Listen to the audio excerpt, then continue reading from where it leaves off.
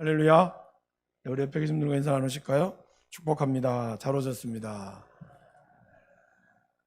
식사 맛있게 하셨습니까? 네, 감사합니다, 여러분. 여호수아 오늘 말씀을 함께 좀 나눠보도록 하겠습니다. 우리가 이 어마어마한 일들을 만났을 때, 감당하지 못하는 상황이나 변화를 만났을 때 어떻게 해야 될까요? 오늘 여호수아는 400년 동안 이들이 한 번도 자신의 땅들을 가져보지 못했습니다. 그죠? 애굽 땅에서도 고센 땅에 머물렀지만 왕이 머무르려고 하는 땅에 머물렀고, 그리고 이제 정권이 바뀌면서 그들은 약 한 400년 동안을 노예로 있었어요. 그들이 땅이 없었죠. 그리고 출애굽해서 가나안 땅이라고 하는 곳에 가기까지도 40년 동안을 그들은 계속 정처 없이 광야의 길을 이렇게 다녀왔습니다. 이제 그러던 그들이 드디어 가나안 땅이라는 곳에 들어가게 됐어요. 여러분, 이게 굉장히 좋지만 또 사람들이 참 무섭잖아요. 한번 익숙해지면 그 익숙해진 것에 사람들은 거기 또 빠지게 된다는 거죠. 쇼생크 탈출이라고 하는 그 영화가 있습니다. 그 영화에서 그 주인공이 억울한 누명을 쓰여서 감옥에 갇혀 있죠. 근데 거기 보면은 한 할아버지가 50년 동안 그 감옥에 있었어요. 그러다가 이제 모범수로 가석방이 된 거죠. 근데 50년 동안 화장실 가는 것도 물어보고 늘 물어보던 그 할아버지는 이 자유를 누리는 생활이 너무 불편한 거예요. 그래서 어떻게 했을까요? 일주일 만에 자살했어요. 자기 이름을 그 위에다 걸고 자살했어요. 왜 그랬을까요? 우리가 생각하면 감옥에 늘 갇혀 있다가 그렇게 나오면 자유를 만끽하면 되는데, 그 사람은 그 50년 동안의 감옥의 생활에 자기 몸에 배어 있었다는 거죠. 400년 동안, 또 한 40년 동안, 짧게는 40년 동안 이들이 광야를 돌아다니면서 드디어 어마어마한 땅을 받게 되었습니다. 4절 한번 읽어보실까요? 곧 광야와 이 레바논에서부터 큰 강, 유브라데 강까지 해 족속의 온 땅과 또 해 지는 족 대해까지 너희의 영토가 되리라. 어마어마하죠, 여러분. 어마어마한 이 땅을 하나님이 주신다고 약속을 했어요. 그런데 이게 준다고 하지만 사실은 막상 받는 사람의 입장에서는 그동안 한 번도 땅이란 것을, 자기네 땅이라는 것을 경험해 보지도 못했고, 더더군다나 40년 동안 자기를 이끌어왔던 누구예요? 모세도 없어요. 물론 여호수아가 시종자로서 늘 모세 곁에 있었으나, 그러나 여러분, 옆에 있다가 리더가 되는 것과 실제로 리더가 되는 것은 전혀 다르죠. 제가 이제 부교육자를 한 11년을 했습니다. 그동안 제가 얼마나 많은 담임 목사가 되면 어떻게 할까, 담임 목사, 제가 모시던 담임 목사를 보면서 저렇게는 안 해야지, 뭐 저렇게는 해야지, 이런 걸 제가 얼마나 많이 받겠어요. 그죠? 근데 막상 돼 보니까 다른 거예요. 눈으로 그냥, 아, 이렇게 왜 저거밖에 못할까? 그렇게 보다가 막상 그 자리에 서 보니까 이건 또 다른 거죠. 그러니까 전혀 다른 위치에 있다라는 겁니다. 그러니까 여호수아가 지금 그런 상황이 있다 보니 하나님께서 그에게 말씀하시는 이 내용들이 얼마나 두렵겠습니까? 이제 우리가 곧 11월 셋째 주가 되면은 다들 총회를 하실 거예요. 그죠? 그러면 남녀 선교회장도 바뀌고, 또 피택자분들도 이제 어쨌든 지금 피택 권사님이 피택 장로님이 얘기하지만 아직까지는 피택이란 글자가 붙어 있고, 이제 실제로 12월 내년 1월부터 장로로 기도 순서도 서게 되실 거고, 또 권사로 여러 가지 많은 일을 맡게 될 거고, 안수집사로 일을 맡게 된다는 거죠. 그전에는 보면서 뭐 장로님 뭐 저렇게 하나, 내가 장로 되면 저렇게 해야지, 그렇게 마음 먹고, 권사님들이 왜 저래, 내가 권사 되면 저렇게 안 해야지, 항상 마음 먹지만 막상 내가 그 자리에 딱 서게 됐을 때는 뭘 해야 될지, 어디 서야 될지 굉장히 혼란이 올 수밖에 없다라는 겁니다. 그렇지 않겠습니까? 지금 여호수아가 그러한 상황 가운데 있다라는 거예요. 이러한 상황에 우리가 처해 있을 때 저와 여러분들도 과연 어떻게 해야 될까요? 여기서 하나님께서 우리에게 가장 먼저 본질을 가르쳐 주시죠. 그게 뭘까요? 5절 말씀. 내가 모세와 함께 있었던 것 같이 너와 함께 있을 것임이니라. 내가 너를 떠나지 아니하며 버리지 아니하리라. 이 말씀이 1장에서 3번 나옵니다. 하나님이 직접 하신 것이 2번, 그리고 르우벤과 므낫세와 갓 자손이 여호수아에게 순종하겠다고, 내가 당신에게 충성하겠습니다 얘기했을 때도 그들이 원했던 거는 17절에 이렇게 나오죠. 하나님 여호와께서, 당신의 하나님 여호와께서 모세와 함께 계시던 것 같이 당신과 함께 계시기를 원하나이다. 그러니까 우리가 이러한 혼란스러운 가운데, 여러분들도 이제 직분을 맡고 아니면 새로운 임원을 맡고 이렇게 했을 때 뭘 해야 될까 고민할 때 가장 먼저 우리가 해야 될 게 뭘까요? 하나님이 나와 함께 하시는 것, 이거를 먼저 깨달아야 한다는 거예요. 이거를 놓고 회장되면 뭐하고 이런 어떤 사업적인 내용보다 가장 중요한 건 뭐예요? 내가 하나님 곁에 서 있는가, 하나님이 나와 함께 하심을 우리가 먼저 깨닫고 그 자리로 나아가야 한다는 거예요. 하나님은 그걸 먼저 우리에게 보여주고 있다라는 것이죠. 그러게 여러분, 우리 모두 다 하나님 앞에서의 영향력 있는 리더자죠. 여러분들이 가정에서든지 아니면 여러분들이 속해 있는, 예수를 믿는 사람은 엄밀히 얘기하면 다 여러분들이 속해 있는 곳에서 영향력을 끼치게 되어 있습니다. 왜 그렇죠? 우리는 하나님이 저와 여러분들을 빛과 소금으로 불렀기 때문에. 빛은 어디에 두죠, 여러분? 등경 밑에 두지 않고 등경 위에 둔다고 그랬습니다. 소금은 반드시 맛을 내서 그 자리를 부패하지 않도록 만드는 거예요. 그것을 크게 얘기하면 뭐예요? 다 리더의 자리에 있다라는 겁니다. 그러면 우리가 리더의 자리에 서 있을 때 가장 중요한 건 뭐라고요? 하나님이 나와 함께 하심을 먼저 깨닫고 그 자리를 먼저 사모하며 나아가는 것. 교회도 가장 중요한 게 뭘까요? 교회가 하나님이 늘 함께 하시도록, 아버지가 늘 나와 함께 하시도록, 떠나지 아니하며 버리지 아니하리라, 이것을 우리가 붙잡는 게 중요하다는 거예요. 그래서 신약과 구약에 있어서 가장 중요한 메시지 중에 하나는 뭘까요? 바로 임마누엘의 하나님이라는 겁니다. 하나님이 우리와 함께 계신다. 근데 여러분, 임마누엘의 하나님이라는 이 말 자체가 사실은 제일 처음에 어디 나왔죠? 임마누엘이라는 말 자체는 이사야 7장에 나왔습니다. 이스라엘이 남유다가 아하스 왕, 요담이 죽고 나서 아하스 왕이 되었을 때 그때 아람의 군대가 쳐들어왔어요.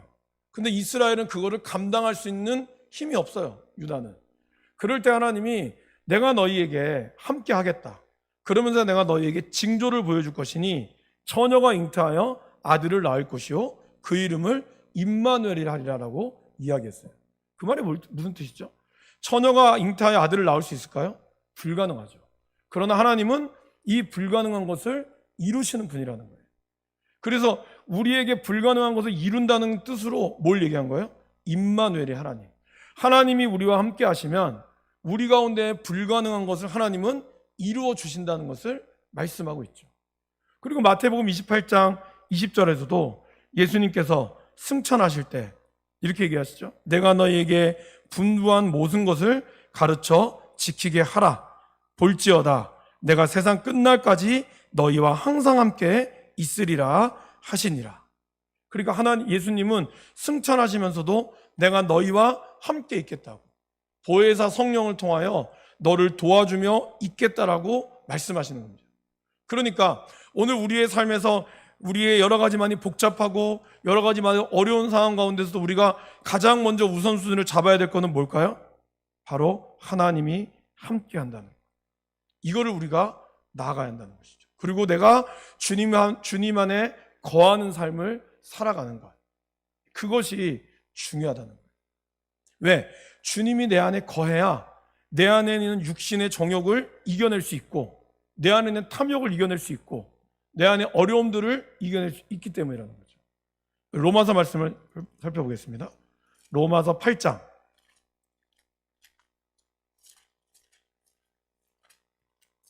로마서 8장. 신약성경 249면에 있습니다. 로마서 8장 9절 말씀. 9절에서 11절까지를 한번 읽어보겠습니다. 로마서 8장 9절에서 11절, 신약성경 249면입니다. 같이 한번 읽어보겠습니다. 만일 너희 속에 너희가 육신에 있지 아니하고 영에 있나니 누구든지 그리스도의 영이 없으면 그리스도의 사람이 아니라, 또 그리스도께서 너희 안에 계시면 몸은 죄로 말미암아 죽은 것이나 영은 의로 말미암아 살아있는 것이니라. 예수를 죽은 자 가운데서 살리신 이의 영이 너희 안에 거하시면 그리스도 예수를 죽은 자 가운데서 살리신 이가 너희 안에 거하시는 그의 영으로 말미암아 너희 죽을 몸도 살리시리라. 여기 보면 우리가 무슨 단어를 주목해야 될까요? 거하시면이라는 단어가 주목해야 돼요. 거한다는 것은 뭐죠? 그분이 내 마음에 들어오고 내가 그분 안에 들어가 있는 걸 뜻하는 겁니다. 그분이 내 중심에 들어오시면 우리가 어디에 있지 아니한다고요? 육신에 있지 않는다는 거예요. 여러분들이 나 욕심 부리지 않아야 돼, 난 탐욕을 없애야 돼, 이것을 이야기하기 전에 먼저 주의 영이, 성령이 내 안에 거하시도록, 하나님의 영이 내 안에 충만히 임하시도록 나의 자리를 내어드리는 거죠. 그 내어드리는 것, 그러기 위해서는 뭐가 필요한 거죠? 사실은 내가 손해볼 수 있는 것도 각오해야 한다는 겁니다. 나의 시간과 나의 물질도 감수하는 것을 의미하죠. 그런데 그렇게 되면 보세요. 너희 안에 계시면 몸은 죄로 말미암아 죽지만 영은 의로 말미암아 살아나게 되고, 그리고 우리 안에 거하시는 그의 영으로 말미암아 우리가 죽었다고 생각하는 것도 다시 살아난다는 거예요. 저와 여러분들의 영이 살면 다시 우리의 몸도 살게 될 것이고, 그러면 저와 여러분들의 일들이 하나님이 주시는 그런 놀라운 일들이 형통하게 될 것을 오늘 하나님은 우리에게 말씀하고 있다는 것입니다. 그러게 여러분, 가장 먼저 중요한 것은 하나님의 영이 내 안에 거하시도록, 주님이 나와 함께 하심을 내가 믿고 그분의 뜻에 나아가는 것이 중요하다는 거죠. 그래서 오늘 하나님께서는 또한 여호수아에게 한 가지를 이야기합니다. 내가 너를 버리지 아니하리니 너에게 필요한 것이 있다. 그게 뭘까요? 강하고 담대하라는 거예요. 무엇에 있어서? 첫 번째 6절 말씀 보세요. 같이 읽어보실까요? 여호수아 1장 6절로 다시 돌아오셔서 읽어보겠습니다. 강하고 담대하라. 너는 내가 그들의 조상에게 맹세하여 그들에게 주리라 한 땅을 이 백성에게 차지하게 하리라. 첫 번째는 우리가 강하고 담대해야 되는 이유는 뭘까요? 하나님이 이미 이 땅을 주셨다는 거예요. 그러니까 우리는 어떻게 살아야 될까요? 승리자답게 살아가야 한다는 거예요. 승리자로 이미 우리가 누린 승리자답게 살아가야 한다는 거죠. 그러니까 거지처럼 살지 말고, 아직 이 땅을 내가 받진 않았으나 하나님은 이미 이 땅을, 가나안 땅, 이미 조상에게 맹세하여, 언제부터요?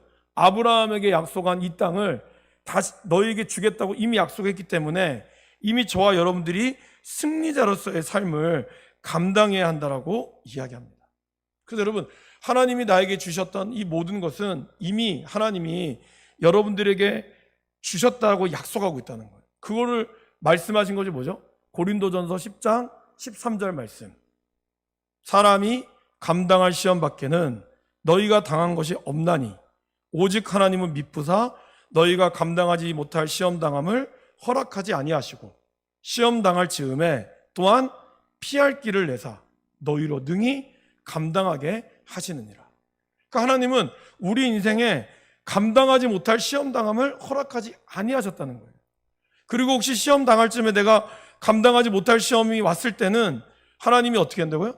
이미 피할 길을 내사 그것조차도 감당할 수 있도록 허락하셨다는 거예요. 그러니까 저와 여러분들이 이 땅을 살아가면서 하나님이 나에게 감당하지 못할 시험 당함을 주지 않았다, 이 말씀의 능력을 믿고 이미 우리가 승리자로서 나아가는 것이 중요하다는 거예요. 그리고 나서 또한 하나님이 강하고 담대하라고 이야기합니다. 뭐 때문에 강하고 담대하라고 할까요? 율법을 지키는 데 있어서 강하고 담대해야 된다라고 이야기합니다. 여러분, 오늘 이게 굉장히 중요한 거는요, 이제 전쟁을 앞에 두고 있어요. 그러면 하나님이 여호수아에게 뭔가 전쟁의 전략이라든지 이거를 알려주지 않고 이 일들을 감당하기 위해서 가장 먼저 필요한 게 뭘까요? 전쟁에 필요한 용맹이 아니라 얼마나 열정적으로 율법을 지키겠다고 하는 의지와 각오가 있어야 한다는 거예요. 그러니까 저와 여러분들이 하나님이 주시는 일들을 감당함에 있어서 교회의 사업이라든지 아니면 회장을 맡든지 아니면 사회에서도 마찬가지입니다. 이 일을 감당함에 있어서 내가 이 일을 어떻게 감당할까? 여러 가지 많은 고민들과 이것 가운데 있겠지만 먼저 누구부터 찾아야 돼요? 하나님을 먼저 찾아야 한다는 거예요. 왜? 이 일들을 주시는 그분께 나아가는 게 순서라는 거예요. 그래서 하나님 앞에 기도하고 하나님 앞에 엎드리며 나아가는 것, 그때 하나님께서 우리 가운데 역사하신다는 거예요. 그래서 오늘 뭐라고 얘기하죠? 7절에 오직 강하고 극히 담대하여. 다른 말로 표현은 뭘까요? 저를 따라 보실까요? 마음을 단디 먹어라. 이렇게 얘기하는 거예요. 쉽게 얘기하면 마음을 단단히 붙잡으라는 거예요. 이게 영어 성경에는 뭐라고 되어 있냐면요, 극히 온리 강하고 담대하되, 그 다음 하나 더 나와요. 주의하라. Be careful to obey란 말이에요. 그게 무슨 말이냐면 순종함에 있어서 주의하라는 거예요. 아니 뭐 순종하면 순종하지 뭘 주의하란 말입니까? 그러니까 이 마음을 먹을 때는 어떻게 해요? 말씀 때문에 손해볼 각오도 하고 있어야 한다는 거예요. 내가 이 말씀 때문에 삶에서 하나님 말씀을 믿음으로 왕따를 당할 각오도 하고 있어야 한다는 거예요. 하나님 말씀을 믿을 때는 우리에게 불편함과 손해를 볼 수 있다라는 거죠. 여러분들이 예수를 믿으면서 끊어야 될 게 많았을 거예요. 하나님을 믿으면서 그때부터 여러 가지로 많이 하지 말아야 될, 주일날에는 교회를 와야 되니까 그 전날에 일찍 자야 되고, 그런 모든 상황들 속에 내가 지금까지 누려왔고 내가 해왔던 모든 것들을 절제하고 끊지 않으면 안 되는 거예요. 그러니까 예수를 믿을 때는 마음을 단단히 먹어야 한다는 거죠. 또 뭐라 그러죠? 우로나 좌로나 치우치지 말라. 무슨 말일까요? 이론적으로 말씀을 해석하지 말라는 거예요. 나에게 이론적으로 치우쳤다가 나에게 좀 불리하면 살짝 빠졌다가 다시 나한테 은혜가 되는 거 있으면은 붙었다가, 이렇게 하지 말라는 거예요. 하나님의 말씀이 여러분의 삶에 이로울지 해가 될지는 아무도 모른다는 거죠. 오히려 그런 것과 치우치지 않고 우리가 하나님 말씀에 온전히 붙들어 가는 것이 필요합니다. 여러분, 그러기 때문에요, 우리가 말씀을 읽을 때 어떤 것이 필요할까요? 저를 따라해 보실까요? 자기를 객관화할 줄 알아야 합니다. 네. 여러분 자신을 객관적으로 볼 수 있는 능력이 있어야 돼요. 그러니까 왜 우리가 요즘 하도 말하면, 제가 아사탑이라는 한자를 성어를 썼지만 여러분들이 가장 쉽게 이야기할 수 있는 뭐예요? 내로남불. 내가 하면 로맨스고 남이 하면 불륜이다. 근데 그거는 자기 객관화가 안 되기 때문에 그런 거예요. 우리는 우리 자신을 객관적으로 볼 수 있어야 돼요. 그래서 다른 사람이 나에 대한 흠을 얘기했을 때 그거를 내가 객관적으로 인정할 수 있는 사람, 그 사람이 겸손한 사람인 거예요, 여러분. 겸손하다는 것이 난 못해요, 난 아무것도 못해요, 그게 겸손한 게 아닙니다. 그거는 자기 비하예요. 하나님은 여러분들을 비하시키도록 만들지 않았어요. 여러분들 얼마나 존귀하게 만들었는데요. 그런데 나를 존귀하게 본다는 것은 내 자신을 객관화할 줄 안다는 거예요. 내가 무엇에 약하고 무엇에 연약한지, 그리고 그것을 내가 솔직히 오픈할 수 있을 때 사람들은 자기 객관화가 있을 때 발전할 수 있거든요. 그런데 자기 객관화가 안 되잖아요. 그러면은 어떨 때는 엄청 좋다가 자기에게 뭔가 해가 되는 일이 딱 생기면 회피하거나 아니면 그 사람과 적이 되거나 그렇게 나온다는 거죠. 사도 바울은 고린도후서 13장 5절에 이렇게 이야기합니다. 너희는 믿음 안에 있는가? 너희 자신을 시험하고 너희 자신을 확증하라 그랬어요. 어떻게 하라고요? 스스로가 믿음이 있는지를 너희 스스로가 확증하고 너희 스스로가 시험하라 그랬어요. 이 말이 무슨 말이냐면 자기 객관화를 하라는 거예요. 남들이 신앙생활 못하는 거 비난만 하지 말고 그 신앙에 대해서 나를 객관화하라는 거예요. 그러면 나는 새벽 기도를 나오고 있는가? 나는 그러면 금요 기도를 나오고 있는가? 이걸 통해서 나는 그걸 왜 못 나오는가? 못 나오는 거에 대해서 그럼 나는 다른 어떤 시간에 하나님을 만날 수 있는 시간을 만들어야 될까? 이거를 내 객관화 시켜야 한다는 거예요. 못 나오는 거 가지고 왜 목사님 자꾸 귀찮게 하고 왜 자꾸 어렵게 만드냐 하지 말고 내 스스로를 객관화할 수 있는 능력이 있어야 한다는 거예요. 그러면서 사도 바울이 이렇게 얘기합니다. 너희 자신을 확증하라. 예수 그리스도께서 너희 안에 계신 줄을 너희가 스스로 알지 못하느냐. 그러니까 너희 스스로가 그걸 알지 못하면 그 다음 뭐라고 얘기한지 아세요? 같이 저를 따라해 보실까요? 그렇지 않으면 너희는 버림받은 자니라. 그렇게 얘기하고 있어요. 아주 냉정하게. 우리가 우리 스스로를 내가 나의 신앙에서 뭘 할 수 있는지, 뭘 할 수 없는지, 그냥 무조건 못해요가 아니라 그럼 내가 할 수 있는 것이 뭔지를 스스로가 깨닫고 기도하면서 눈으로 보여달라고 해야 되는 거죠. 무조건 네가 안 해봤기 때문에 못한다. 이렇게 얘기하지 말라는 거예요. 그거는 자기 객관화가 안 된 거예요. 그거를 되는지 안 되는지를 우리가 어떻게 합니까? 해보지도 않고. 하나님 말씀, 하나님이 우리에게 이거를 요구했다면 하나님 나는 안 됩니다. 시간도 없고 이것도 안 됩니다가 얘기하기 전에 하나님이 나에게 왜 이거를 주셨는지를 먼저 깊이 묵상을 해야죠. 먼저 그걸 깨닫고 내 스스로를 객관화시켜야죠. 그리고 그것 가운데 내가 할 수 있는 영역을 찾아 나가야 되는 거죠. 그럴 때 하나님이 저와 여러분을 통하여 역사하시는 겁니다. 오늘 그걸 얘기하는 거예요. 그래서 그것 때문에 너희의 마음을 어떻게 하라고요? 단디 먹으라는 거예요. 단단히 먹고 이거에 대해서 할 수 있다가 없다가 아니라 그 말씀을 내가 붙들고 나아가는 거예요. 여러분 아까 얘기했죠? 여호수아가 지금 한 번도 경험해보지 못했던 일을 앞에 두고 있습니다. 경험하지 못했다고 해서 안 하실 거예요? 결혼이라는 거 한 번도 경험 안 해봤다고 해서 여러분 안 하실 거예요? 아니잖아요. 여러분 결혼 왜 했어요? 경험도 안 해봤는데. 그 두렵고 떨리는 걸 왜 했습니까, 여러분? 사랑이라는 그 이유만으로 우리가 이겨낼 수 있다라고 하는 생각 가지고 나온 거잖아요. 마찬가지로 하나님이 저와 여러분들에게 감당할 수 없는 시험 당함을 허락하지 아니하셨다는 거죠. 그러면 그걸 놓고 하나님이 나에게 주시는 것이 뭘까? 이거를 우리가 찾아낼 수 있는 게 나의 객관화라는 거예요. 그죠? 이거 되게 중요한 거죠. 그러면서 사도 바울은 빌립보서 2장에서 이렇게 얘기하죠. 두렵고 떨림으로 너희 구원을 이루라. 구원을 이루는데 두렵고 떨림이 필요한 거예요. 여러분 우리가 처음 구원받은 거는 뭐죠? 선물로 받았죠. 갑자기 받은 거예요. 여러분들 하나님이 인격적으로 만나는 순간은 나도 모르게 갑자기 왔어요. 근데 이제 그 받은 선물을 열매로 맺기 위해서는 내가 그 가는 과정은 만만치가 않다는 거예요. 열매를 맺기 위해 농부가 씨를 뿌리는 것뿐만 아니라 잡초도 제거해야 되죠. 그리고 때로는 농약도 줘야 되죠. 만약에 비가 많이 오면은 새벽이라도 나가서 어떻게 해야 돼요? 물길을 터줘야 되죠. 비가 안 오면은 저수지에서 물을 끌어와야 되죠. 이 모든 과정들 속에서 힘들죠. 지치죠. 하고 싶지 않죠, 때로는. 그러나 이 모든 것들을 두렵고 떨림으로 인정할 때 이 구원이 완성된다는 거예요. 성화의 과정이 완성된다는 거예요. 그렇기 때문에 우리가 이럴 때 뭐가 필요한 거예요? 담대함이 필요한 거예요. 강하고 담대함. 하나님, 내가 하나님의 일들을 감당할 수 있도록 마음을 단디 먹어야 한다는 거죠. 그죠? 그리고 나서 예수님도 그렇게 얘기하잖아요.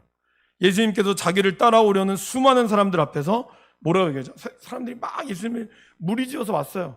그때 예수님이 잘 왔다. 이제 한번 우리 해보자. 이렇게 하지 않았어요. 굉장히 냉정하게 누가복음 14장에 이렇게 얘기합니다. 나를 따라오려거든 자기 목숨까지 미워하지 않으면 능히 내 제자가 될 수 없습니다. 그리고 이 재산을 포기하지 않으면 하나님보다 재산을 더 우선시 여기는 사람은 나를 따라올 수 없습니다. 그러면서 예수님이 세 가지의 비유를 들죠. 첫 번째, 망대 비유를 듭니다. 사람이 망대를 세울 때, 여러분 우리도 그렇지 않습니까? 여러분들 집에서 뭐 리모델링 하든지 아니면 집을 뭔가 꾸미려면 우리 집에 예산이 얼마인지 먼저 계산하지 않겠어요? 아니면 혹시 대출을 받아야 되면 이 대출금을 갚을 능력이 있는지 없는지를 먼저 계산기를 두들겨 보고 이거 이 돈으로는 안방밖에 못 하겠네. 이번만 안방만 하고 다음에 돈 모아서 우리 아들방 합시다. 이렇게 얘기하지 않겠어요? 예수님이 그 얘기를 한 거예요. 너희들 망대를 세울 때도 계산하지 않느냐?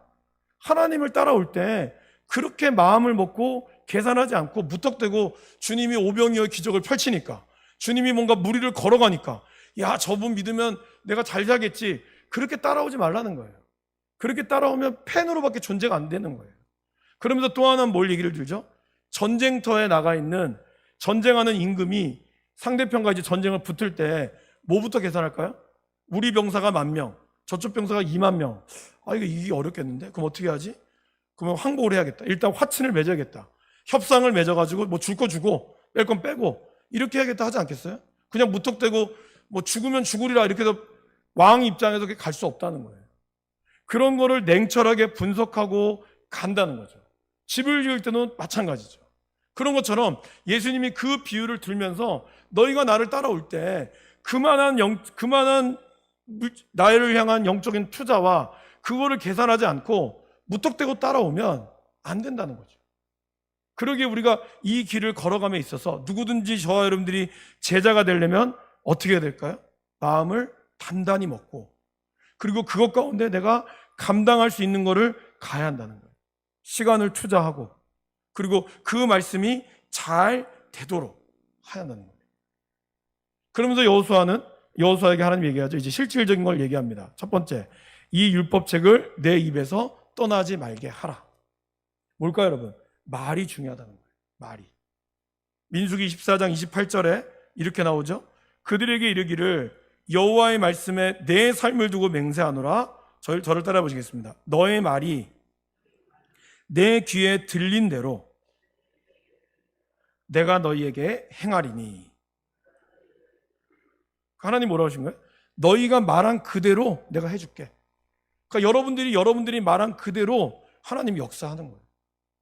그렇기 때문에 특별히 예수를 믿고 리더자의 위치에 서 있는, 모두 다 하나님의 영향력 있는 사람들은 말에 항상 권세가 있다는 것을 기억하셔야 된다.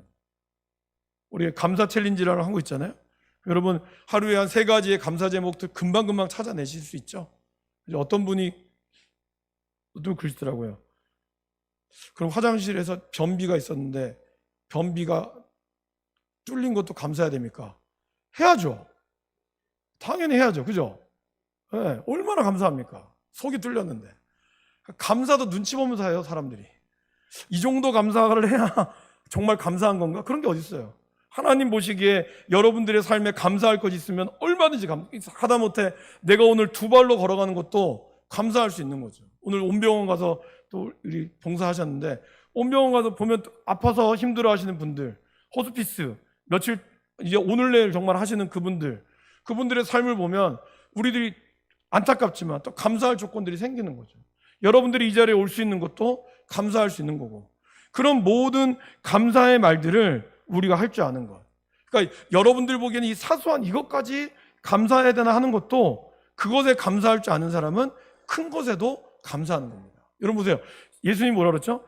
작은 것에 충성된 자가 큰 것에도 충성된다고. 다시 적용하면 작은 것에 감사할 줄 아는 사람이 큰 것에도 감사할 줄 아는 겁니다. 그리고 하나님도 그랬어요. 작은 것에 감사할 줄 아는 사람은 하나님은 반드시 그 자리에 그 사람을 머물도록 놔두지 않는다 그랬어요. 반드시 이 사람을 하나님의 큰 일들에 사용하신다 그랬습니다. 그만큼 우리의 말의 입술이 중요하다는 거죠.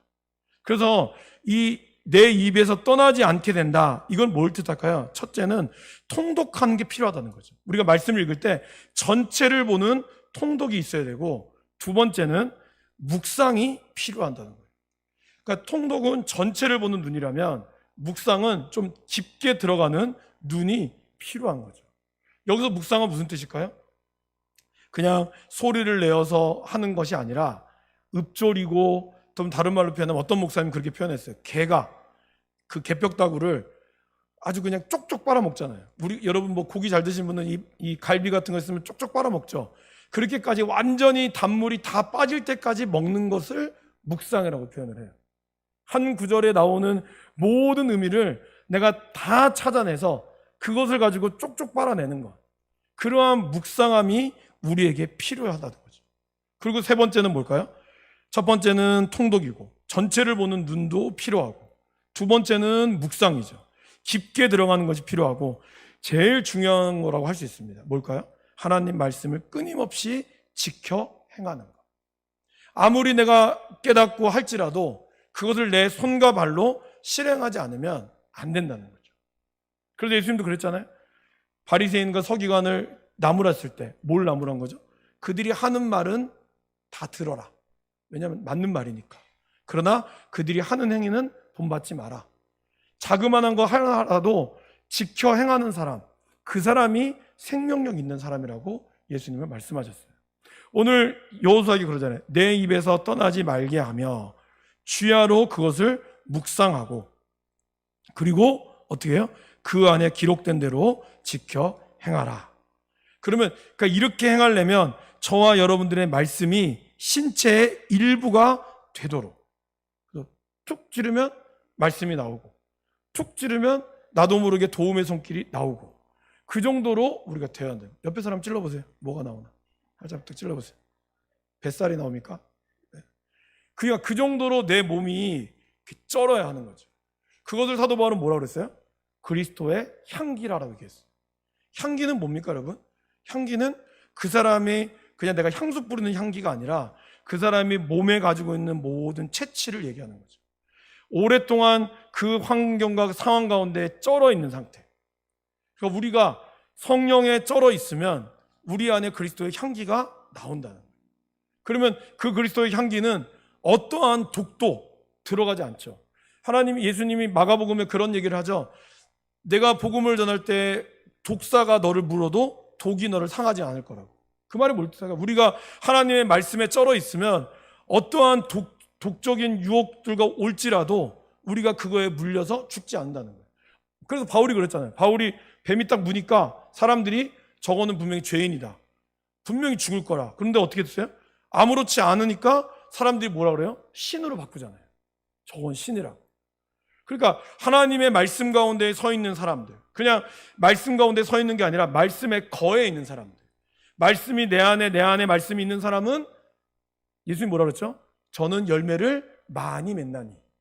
왜? 그분이 내 안에 거하고 내가 그분 안에 거하는 예수 성령으로부터 쩔어 있는 인생은, 그런 인생은 열매를 많이 맺는다라고 이야기를 합니다.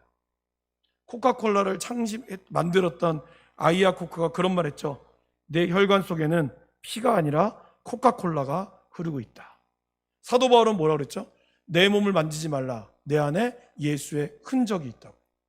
그러니까 여러분들 안에 예수의 흔적이 있을 때 그 흔적이 우리의 삶에 그럼 자연적으로 내가 나오게 된다는 거예요. 안 믿는 사람을 보면 자연적으로 그 사람을 향해서 복음을 전하게 되고요. 그리고 어려운 사람을 보면 자연적으로 그 사람을 향해서 돕는 게 나온다는 거예요. 재지 않는다는 거예요. 뭐 도와주려면 뭐 얼마가 필요한데 힘들고 어렵겠다, 그런 얘기 안 해요. 일단 돕고 보는 거예요. 그리고 나서부터 하나님 역사를 기대하는 거지, 이걸 도우면 돈이 얼마 필요한데 돈이 있니 없니 그 얘기 따지지 않는다는 거예요. 우리가 성령으로 쩔어 있으면 먼저 사람을 살리는 게 우선이라는 것이 우리 몸에 배겨 있으면 그 다음 것은 하나님이 책임져 주는 거예요. 그것이 바로 성령이 우리 가운데 거하는 삶이라는 거죠. 그래서 여호수아에게 그 말을 하나님은 하고 있다라는 것입니다. 그리고 또 하나는 이 말씀이 의미하는 바는 뭘까요? 이 말을 이스라엘 백성들이 말씀을 가까이 하고 서로 가르치라는 거였어요. 혼자만이 아니라 네가 리더자로서 늘 사람들에게 하나님의 말씀을 가르치는 자리에 서 있으라고 항상 얘기하고 있다는 거죠. 그러기에 저와 여러분들은 만나고 그리고 모이면 항상 하나님의 말씀이 저와 여러분들의 삶에 늘 거할 수 있도록 하는 게 중요하다는 거죠. 말씀을 안 보니까 만나면 할 얘기가 없잖아요. 할 얘기가 없으니까 맨날 남편 뒷담화 하고 아내 뒷담화 하고 아니면 주변 사람 뒷담화만 하고 있는 거예요. 왜? 근데 우리가 말씀이 우리 가운데 쩔어 있으면 말씀밖에 이야기할 게 없거든. 그러면 우리의 삶이 달라진다는 거예요, 여러분. 그러니까 교회를 다녀도 교회 다니는 사람과 교회 안 다니는 사람이 교회만 다니는 것, 교회를 출입하는 것 외에 집에 성경책이 몇 권 더 있는 것 외에는 안 믿는 사람과 말하는 대화가 똑같다면 우리는 성령이 쩔어 있는 게 아니에요. 죄송하지만 우리는 그냥 교회만 마당만 밟고 있는 거예요. 여러분, 그런 인생을 사시겠어요? 그런 인생은 하나님의 이러한 능력도 경험할 수 없는 겁니다. 그럼 평생을 살았지만 우리는 평생 예수님의 능력 경험 없이 그냥 마지막 순간에 그래도 교회는 다녔으니까 그냥 구원은 받겠죠. 하나님 약속하셨으니까. 근데 하나님이 정말 우리 가운데 역사하는 이런 요단강을 건너고 그 놀라운 일들을 경험한다는 것은 그냥 누구나 경험할 수 있거든요. 예수를 내가 제대로 믿으면 하나님은 반드시 그러한 경험을 우리에게 보여주시는 거예요. 그러니까 우리가 그러기 위해서는 하나님 말씀이 우리 삶에 늘 들어가도록 해야 한다는 거죠. 그래서 하나님이 여호수아에게 약속하잖아요. 우리 8절, 9절 말씀 읽어보겠습니다. 이 율법책을 내 입에서 떠나지 말게 하며 주야로 그것을 묵상하여 그 안에 기록된 대로 다 지켜 행하라. 그리하면 내 길이 평탄하게 될 것이며 내가 형통하리라. 내가 내게 명령한 것이 아니냐? 강하고 담대하라. 두려워하지 말며 놀라지 말라. 내가 어디로 가든지 내 하나님 여호와가 너와 함께 하느니라 하시니라. 여호수아가 말씀대로 살아가면 하나님은 뭘 약속했어요? 내가 평탄하게 될 것이라고 이야기합니다. 이 영어 성경에는 평탄하게 된다는 게 뭐 성공한다는 뜻이 있는데, 원래 히브리어 원어에는 평탄하게 된다는 뜻 안에는 내 가는 길을 이해하게 될 것이다 라는 뜻이 있어요. 여러분, 그렇게 하면 좀 더 이해가 편하시지 않습니까? 보세요.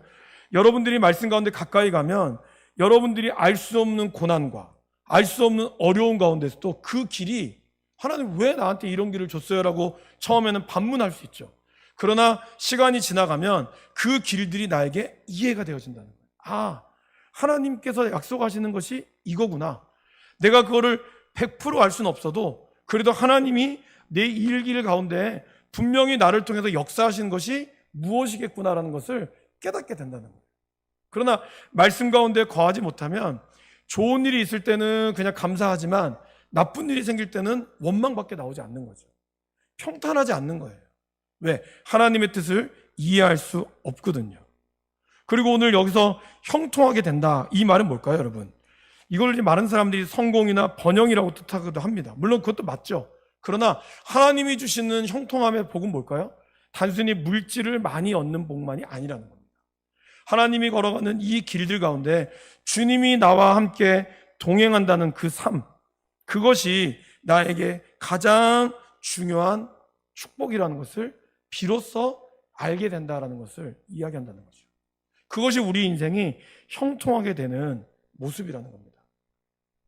사랑하는 여러분, 이제 전쟁을 앞두고 있습니다. 전쟁을 앞두고 있는 이 여호수아에게 하나님께서는 어떤 전술을 말씀하시지 않으셨습니다.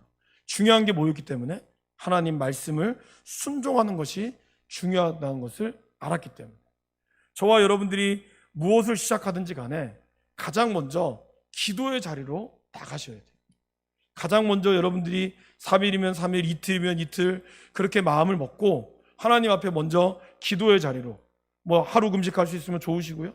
그렇게 내가 그 자리로 먼저 하나님의 뜻이 무엇인지를 내가 깊이 묵상하고 그 자리로, 그리고 나서 그 자리로 나아가는 것이 중요하다는 것이죠. 하나님께서는 시편 말씀을 통하여 시편 기자가 이렇게 고백합니다. 우리 시편 37편을 찾아보실까요?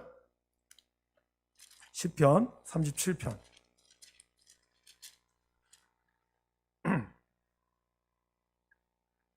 시편 37편 4절부터 7절까지 말씀을 읽겠습니다.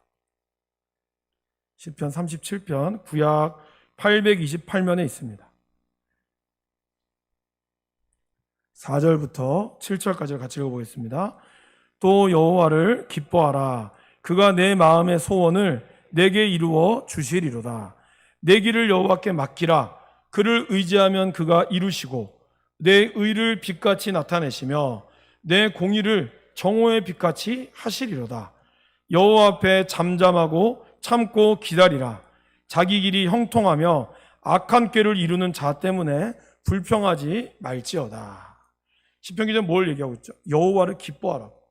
여호와께서 주신 것으로 기뻐하지 말고 그분 자체로 기뻐하면 하나님께서 내 마음의 소원을 이루어 주신다는 거예요. 그리고 내 길을 여호와께 완전히 맡기면 그분이 이루시고 여러분의 의를 빛같이 나타내신다라고 이야기합니다. 우리 인생에서 자기 길이 형통하며 악한 꾀를 이루는 자들이 있다는 거예요. 나는 교회를 열심히 다녔는데도 나에게는 여전히 어려움이 있고, 오히려 다른 사람들은 그냥 그렇게 하지 않아도 잘 사는 걸 보면 마음이 어려울 수 있죠. 그때 뭐라고 얘기하죠? 악한 꾀를 이루는 자 때문에 불평하지 말라는 거예요. 불평을 하면 어떻게 된다고요? 분을 그치고 노를 버리며 불평하지 말라. 그렇게 안 하면 오히려 너희는 악을 만들 뿐이라는 거예요. 그것으로 인해 우리의 악이 더 많이 생긴다는 거죠. 그러니까 여러분들에게 오는 수많은 자극들, 나를 힘들게 하고 나를 불평하게 오는 상황들이 생길 수 있죠, 당연히. 그러나 그럴 때에도 우리는 하나님의 말씀 앞에 들어가는 게 중요하다는 거죠. 하나님 이런 상황들이 나에게 있어요. 하나님 다 꼬발려서 다 일로 바치세요. 하나님 누가 나한테 이렇게 했어요. 하나님 누가 나한테 저렇게 했어요. 하나님 쟤 때문에 힘들어요. 다 이러세요. 다 이러시고 하나님 앞에, 그리고 나서 딱 한마디 하시죠. 아이, 그 인간 예수 믿고 천국에나 가버려라. 딱 한마디 하시는 거예요. 근데 예수 믿는 사람이 그렇게 하면 어떻게 하죠? 그럼 어떻게 해야 될까요? 예수 더 잘 믿어버려라 이렇게 얘기해버려야죠. 그러면서 하나님 앞에 우리의 감사를 선택할 때 하나님께서 저와 여러분들 가운데 형통한 복으로, 그리고 이러한 모든 상황들이 깊이 들어가는 복으로 깨달아지게 된다는 거예요. 대표적인 사람이 누구였죠? 예레미야. 예레미야 애가를 쓰면서 나라가 멸망한 거를 보고 그거 어떻게 했더라고요? 낙심이 돼서 자기 마음이 쓰다 그랬어요. 그러니까 왜 사람이 속 아프면 속이 쓰리잖아요. 그런 이 쑥과 같은 쓴 것이 있어서 그거를 내가 깊이 묵상했다 그랬거든요. 내 마음에 깊이 담아두었더니, 그게 묵상했다는 뜻이에요. 담아두었더니 그가 그 다음에 뭐라고 했어요? 이것이 오히려 나에게 소망이 있다는 걸 발견한 거예요. 자기의 속상함과 자기의 모든 아픔을 주님의 마음으로 깊이 들어간 거예요. 그러니까 오히려 그것 가운데 소망이 있고, 그 가운데 이 이스라엘의 멸망이 하나님의 뜻을 그는 알게 되었다는 거죠. 얼마나 속상했겠습니까, 여러분? 또 특별히 예레미야는 자기의 입으로 멸망할 거라고 얘기했던 사람이잖아요. 그러니까 더 죄책감이 느꼈겠죠. 내 말대로 됐으니까. 사람이 좋은 일이 내 말대로 되면 참 기쁘지만 나쁜 일이 내 말대로 되면 기분이 좋지 않습니다. 그런데 그러한 하나님 말씀에 순종했지만 결국 그렇게 속 쓰린 일이 있었지만, 그가 그의 마음을 깊이 하나님 앞으로 들어갔더니 그가 하나님 앞에 소망함을 발견했다는 거예요. 그래서 우리가 하나님이 나에게 베풀어 주시는 그러한 일들 가운데 있을 때 우리가 그것을 하나님의 깊은 묵상 가운데서 그거를 내가 곱씹고 하나님의 뜻을 묻고 물으면서 하나님 앞에 나아갈 때 그분이 여러분들의 마음을 만지시고, 그리고 그것 가운데 우리의 삶이 평탄하게 될 줄 믿습니다. 앞으로 저와 여러분들의 삶에 그런 은혜가 있기를 간절히 바랍니다.